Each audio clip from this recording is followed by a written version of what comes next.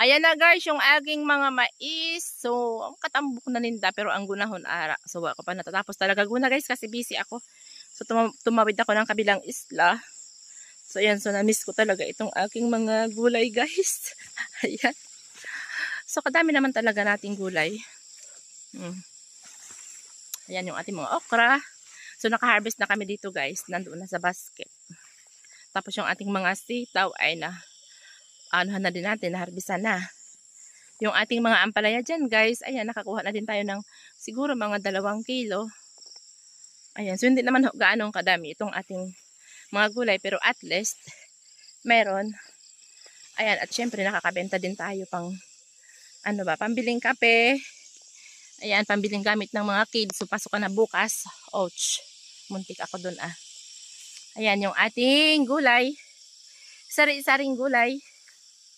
Ayan, puno. Puno yung ating basket, guys.